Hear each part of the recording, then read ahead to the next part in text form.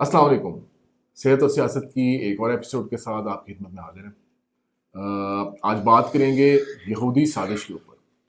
लेकिन बात करने से पहले आप में से जो लोग हमारे चैनल को लाइक करते हैं, सब्सक्राइब कर रहे हैं, उनका बहुत बहुत शुक्रिया। और जिन्होंने अभी तक सब्सक्राइब नहीं किया, प्लीज़ हमारे चैनल को सब्सक्राइब करें और फ्रेंड्स एंड फैमिली के साथ शेयर करें। अस्सलाम वालेकुम। जी वालेकुम सलाम। कैसे हैं फरहान साहब? अल्लाह का शुक्र, आप सुनाएं। बस ठीक ठाक। सो फरहान साहब, आज यहूदी साजिश का टॉपिक लेके आए हैं जी अपने व्यूअर्स के लिए। और बचपन से सुनते आ रहे कि जी जो भी चीज़ पाकिस्तान में ख़राब है जी उसके पीछे यहूदी साजिश है। जी सुनते हैं कि बड़े बड़े मीडियाज़ को कंट्रोल करते हैं ये, और खाने पीने की सब चीज़ों के पीछे इनका हाथ है, और टेक्नोलॉजी जितनी आ रही है, इनोवेशंस जितनी आ रही है, उस पर इनका कंट्रोल है। क्या वजह है इस कंट्रोल की?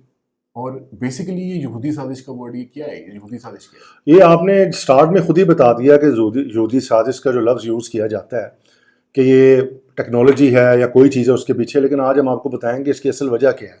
बचपन से कमोबेश सब सुनते आ रहे हैं। आपको याद होगा कि इमरान खान साहब के बारे में भी कह दिया गया था, यहूदी एजेंट को 96 में लॉन्च कर दिया गया। आपको याद है कि 14 फरवरी जब आता है, इसको भी एक तारीख का हिस्सा बना करके यहूदियों की तारीख है, ये भी उसी का साजिश में आ जाता है।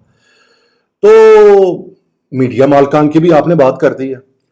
तो मैंने बैठा बैठा सोच रहा था, आपको पता है कि रिसर्च कर रहे हैं आजकल हम, तो मैंने सोचा कि यार ये कितनी वेली कौम है कि हमारे बारे में ही साजिशें करते रहते हैं, पाकिस्तानियों के बारे में ही। तो मैंने फिर आपको पता है जब का पॉडकास्ट स्टार्ट किया है, एक बात हमने सोची हुई है कि कंप्रीहेंसिवली सोच कर ऑब्जर्व करके रिसर्च करके हमने काम करना है। और दिमाग पे फिर मैंने एक साइड पे यहूदी साजिश को बिठाया। मैंने जब इस पे रिसर्च स्टार्ट की है इसराइल पे, तो सबसे बड़ी हैरानगी की बात यह है, हैरान कुन बात यह है कि 85 लाख की इनकी आबादी है। That's it. जी, और थर्ड फोर्थ आपकी मतलब साउथ वेस्ट और नॉर्थ को, कराची को मिलाएं आप, तो आप ये देखें कि उतनी आबादी, और कराची की आबादी इससे ज्यादा है इसराइल से। तो मैंने फिर सोचा कि क्या ऐसी इनके लोगों में बात है, क्या प्रोलिफिक बात है इनकी आबादी में या इसराइल में, जो वो आगे जा रहे हैं। अच्छा, सबसे पहले मैंने देखा स्टार्टअप्स। आपको पता है स्टार्टअप्स का लफ्ज़ आजकल पाकिस्तान में भी ऑनलाइन काम करने वालों की आपके बड़ा आपने आम सुना होगा। अब इसका एक आपको बताता चलूं, स्टार्टअप का मतलब ये होता है किसी प्रोजेक्ट को लॉन्च करना या प्रोडक्ट को लॉन्च करना।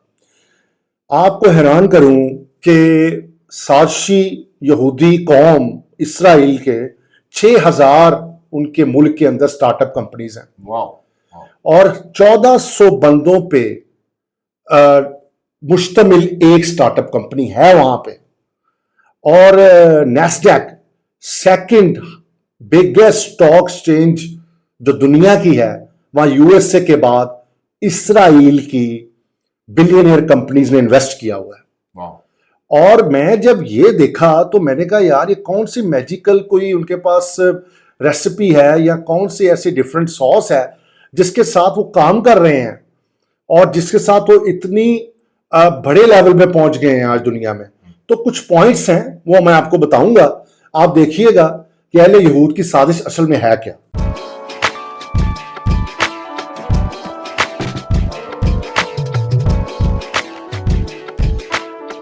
पॉइंट्स बताने से पहले डिस्क्लेमर एक दे दूं कि मैं किसी यहूदी साजिश का हिस्सा नहीं हूं।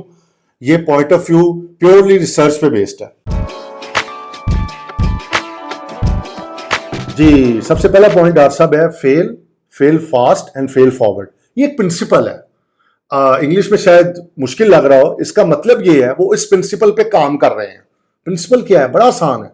अगर आप फेल होंगे तो दोबारा उठें, अगर दोबारा फेल होंगे दोबारा करें, कोशिश करते रहें। वहां की कौम के अंदर अगर वो कोई काम करते हैं और उसमें फेल हो जाते हैं तो इनकरेज किया जाता है, अगर वो दोबारा फेल होते हैं फिर इनकरेज किया जाता है। जब आप में इतना कॉन्फिडेंस डेवलप हो जाता है कि आपकी गवर्नमेंट, आपके मुआशरे के अंदर लोग इतना पॉजिटिव माइंडसेट रखते हैं, तो वो लोग आखिरकार कामयाब हो ही जाते हैं। उनका माइंड और मेंटल स्ट्रेंथ इतनी स्ट्रांग हो जाती है कि वो किसी भी काम को करने में घबराते नहीं है। और यहां पाकिस्तान में आपको पता है कि अगर आप कोई भी काम स्टार्ट करें तो अगर आप फेल हो जाएं तो लोग आप पे, रिश्तेदार, मामे चाचे वगैरह वैसे ही लान तान स्टार्ट कर देते हैं। बहुत ही कम लोग आपको इनकरेज करने वाले होते हैं। तो एक तो ये बहुत बड़ा प्रिंसिपल है जिसपे चलकर वो अपना काम कर रहे हैं। दूसरा पॉइंट इसके अंदर जो है वो है रिसर्च एंड डेवलपमेंट पे एम्फसाइजेशन होगी। डॉक्टर साहब पर कैपिटा स्टार्टअप के लिए अपने बजट में से इसराइल 4.5% निकालता है, उसके बाद जापान, यूएसए, सिंगापुर जैसी कंट्रीज का नंबर आता है। और आप हैरान होंगे ये देख के कि 0.9% इंडिया निकाल रहा है, यूएई 0% निकाल रहा है, और पाकिस्तान का इसमें लिस्ट में कोई नाम नहीं है क्योंकि रिसर्च और डेवलपमेंट का हमारा साथ नॉन एग्जिस्टेंट है हमारे लिए। आपको पता है कहाँ से रिसर्च और डेवलप हो, वो दकियानुसी चीजें आपको पता चलती हैं। और इससे ज्यादा हैरानकुन बात यही है, यही वजह है कि ये लोग, आप जितनी भी बड़ी कंपनीज हैं, माइक्रोसॉफ्ट देख लें, अमेजॉन देख लें, आप गूगल देख लें, फेसबुक देख लें, उनके R&D रिसर्च एंड डेवलपमेंट के सारे सर्च इंजन के ऑफिसेस वहां हैं, और जो भी कोई नया प्रोडक्ट लॉन्च होता है वो वहीं से शिप पूरी दुनिया से होता है। तो यहूदी साजिश जो है वो वहां से शिप करके पूरी दुनिया में जाती है जी। तो अब आप ये देखें कि जो मुल्क रिसर्च और डेवलपमेंट को इंपॉर्टेंट समझता है वो अपने लोगों को कितना इंपॉर्टेंट समझता है। रिसर्च एंड डेवलपमेंट का मतलब ये है कि आपके दिमागी ग्रोथ इतनी हो, आपके इनोवेशंस इतनी हो कि आप पूरी दुनिया पे छा जाएं, और यही वजह है कि आज कल बल्कि वो छाए हुए हैं। तीसरा पॉइंट है focus on education and brain power. तहकीक उनके डीएनए में शामिल है। आप ये देखें कि टेक्निक इंस्टीट्यूट ऑफ टेक्नोलॉजी 1912 में ही उन्होंने यूनिवर्सिटी जो है अपनी वो बना ली थी, यानी कि उनको फ्यूचर पता था साइंस एंड टेक्नोलॉजी का। मैं 2012 की बात नहीं कर रहा, 1912 की बात कर रहा हूं, 100 साल पहले, बल्कि इससे भी ज्यादा। और आप ये देखें कि उन्होंने तब जब ये देखा उस जमाने में कि उनको आर्म्स और एमुनिशन मंगवाने पड़ते हैं और उसमें पाबंदी लग गई, तो उन्हें आर्म्स और एमुनिशन खुद ही बनाना शुरू कर दिए। और जिस तरह एक प्रोजेक्ट था उनका लीवी जेट्स का, और आप ये देखें कि वो कॉस्टली साबित हुआ। 1987 में बंद करना पड़ा। 5000 साइंटिस्ट उसमें काम करते थे, बट साइंस से टेक्नोलॉजी पे 100 साल से ज्यादा काम करने का फायदा ये हुआ कि उन्हीं साइंटिस्ट ने दोबारा बेरोजगार होकर भी अपने छोटे स्टार्टअप्स लिए और लोगों को शामिल किया और वर्ल्ड बिगेस्ट कंपनीज बना दी। चौथा पॉइंट है हुत्सपा। लफ्ज थोड़ा अजीब सा है, लेकिन इसका मतलब है boldness, aggressiveness in a right direction. Urdu में इसका मतलब है शोखी। शोखी ये नहीं, शोखी राइट डायरेक्शन में, वो वाली शोखी नहीं जिसको थोड़ा ममनुआ समझा जाता है। इसके अंदर सबसे पहली बात कि उन लोगों के अंदर ब्रेन पावर और एजुकेशन को यूज करके इतना ज्यादा कॉन्फिडेंस आ जाता है कि वो अपने सीनियर या अपने ऑफिसर की बात पर बिल्कुल जी हजूरी नहीं करते। नहीं सर आप ठीक हैं, आप ही सही कह रहे हैं, नहीं, वो इंटेलिजेंटली प्रैक्टिकली उनका जवाब देते हैं गलत बात का और स्ट्रेट फॉरवर्डली कहते हैं कि आप गलत हैं। यही वजह है कि उनके मुआशरे में पाई जाने वाली काफी खराबियां जो हैं वो इसी एटीट्यूड की वजह से, इसी माइंडसेट की वजह से ठीक हो जाती हैं। इसलिए हमें भी ये कोशिश करनी चाहिए कि जब कोई बात गलत तरीके से कर रहा हो या कह रहा हो तो उसे इंटरफेयर एक पॉजिटिव और प्रैक्टिकल अप्रोच के साथ करें, ताकि अगला बंदा भी बुरा ना मनाए, और इससे हमारे मुआशरे में बर्दाश्त भी परवान चढ़ेगी और हमारा मुआशरा भी तरक्की करेगा।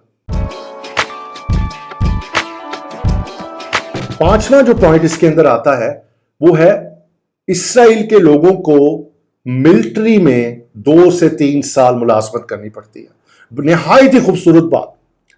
हमने सबसे पहले अपनी वीडियो सीरीज में एस्टैब्लिशमेंट की बात की थी कि उनके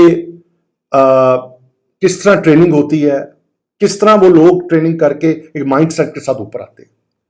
इसराइल में और सिंगापुर में 3 साल मैंडेटरी आपको मिलिट्री में लगाने चाहिए। इसका क्या फायदा होगा? इसके 2-3 फायदे हैं।